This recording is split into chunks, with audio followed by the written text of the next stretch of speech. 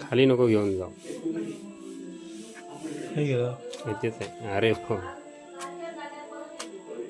मारणार बघ. मारला आता नका. नाही सोडत. हां बरोबर. मारलंय ना. नाही तिकडे खाली जात होतं खेचून घेतल्यानंतर बरं केलं.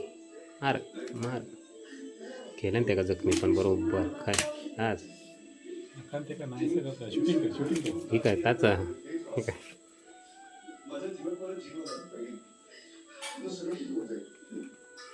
बर नाही ती खरंच डेरर सांगतो ना ती पाल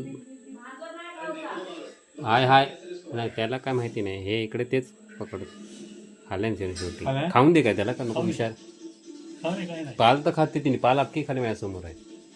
कट्टामट्टा कमी झाला आता